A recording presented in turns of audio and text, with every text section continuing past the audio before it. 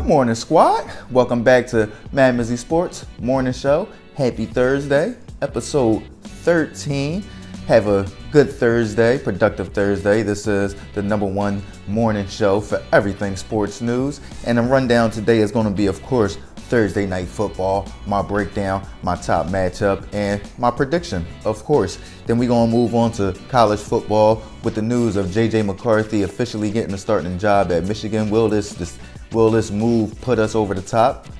I believe so. I will give y'all my most interesting matchup in college football this Saturday, as well as the Robert Sarver punishment and the pushback that we're getting from all the superstars in the NBA. What does this mean, and do I agree with what everyone's saying? Of course I do if you saw yesterday's episode. And last but not least, does Triple G have a mental edge, a psychological edge over Canelo Alvarez?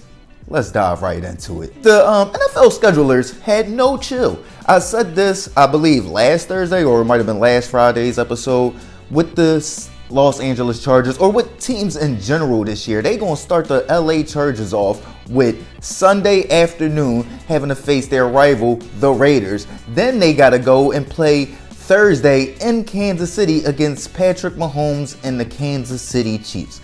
Absolutely no chill whatsoever from the NFL schedulers this season. You feel what I'm saying? You better come out and hoop, baby. You better come out and hoop. You feel me? So let's dive right into it. My breakdown from this Thursday night football game between the Los Angeles Chargers and the Kansas City Chiefs is that Kansas City just came out like a buzzsaw. So it's going to be imperative for the Los Angeles Chargers defense to come out strong, especially with the Los Angeles Chargers coming in without Keenan Allen. That is going to be huge. They only scored 7 points in the second half last week without Keenan Allen, so that is going to be a huge loss for them. I don't believe they'll be able to survive a shootout with Kansas City tonight without Keenan Allen. So the defense is going to play a major role in this game, and how Khalil Mack and Joey Bosa will be able to get after Patrick Mahomes, and how Darwin James will try to contain somewhat Travis Kelce. Other than that, I'm looking for a Kansas City Chiefs win, honestly. I'm looking at the Chargers, and yes, they won last week, but it was kind of underwhelming if you ask me. You talk about only 24 points. You got 3 turnovers. You didn't turn the ball over not once. Their third down percentage wasn't even 50% last week. I think it's going to have to be a lot higher this week for them to have a chance, just to keep the ball and stay on the field and not give Kansas City opportunity after opportunity, because they aren't the Las Vegas Raiders. You get what I'm saying? They are probably the most explosive team still in the NFL offensively. So you don't want to give them opportunity after opportunity. Third downs are going to be major in this game. Justin Herbert is going to have to be amazing in this game because, like I said, there is no Keenan Allen, which is his security blanket.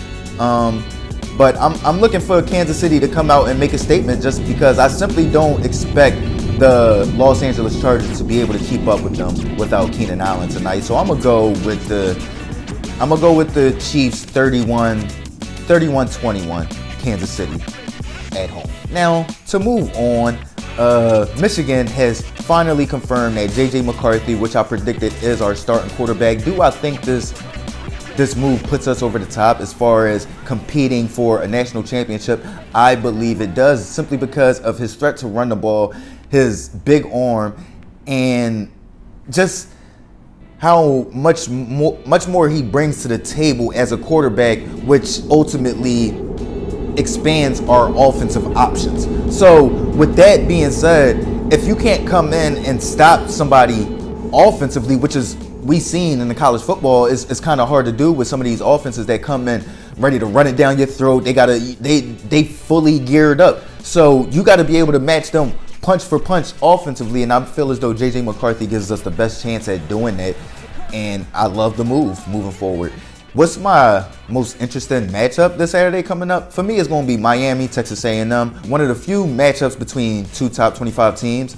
I like this one over the BYU, I forget who they play. The BYU, I believe, Oregon game, simply because I'm interested to see how Miami will continue to go on. If they beat Texas A&M with that quarterback Van Dyke, I believe they'll have some momentum going into that ACC conference schedule. So I'm really looking forward to seeing how Miami does this year and seeing if they could actually make a complete bounce back. To move on into the NBA, with the punishment handed down to Robert Sarver, the owner of the Suns and the Mercury. I wanted to seem like he was only the owner of the Phoenix Mercury yesterday, but he is the owner of the Phoenix Suns and the Phoenix Mercury, being suspended and fined, and everybody, LeBron James, Cris Paul, having disagreements with the decision.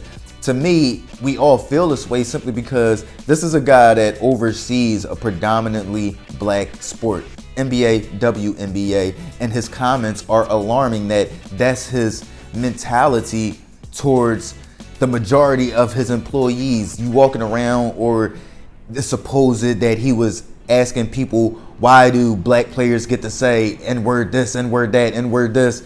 And it's like, why is that even going through your mind? You get what I'm saying? Like, it's weird that this is still going on. You think about the misogynistic comments, the sexual comments, to think that he'll be back in that setting overseeing those women again, that's alarming. So I have to completely agree with LeBron James and Cris Paul, simply because we're coming to a day and age where we can't create excuses why people like that still should have these positions of power where they're overseeing predominantly minority people and they have those thoughts of minority people. So that's very, very alarming to me. But to finish off episode 13, Thursday edition, MadMizzy Sports Morning Show, let's talk about, does Triple G have a psychological edge over Canelo Alvarez? I say completely he does. He has a complete psychological edge over Canelo Alvarez, simply because Canelo, to me, is making it so big, so personal, so much more than what it is, when at the end of the day, he was the one that made everything difficult. Triple G did nothing wrong. You get what I'm saying? When Triple G was his mandatory fighter, when he was the champion at, I believe, 150 or 160. He was the champion at 160, but he was fighting most people at catchweight at like 154 or something like that. And Triple G was his mandatory. He vacated his belt. It wasn't until Triple G stopped his knockout streak that he said, all right, we can make this fight. He lost that first fight. The second fight was very, very close. You could go either way.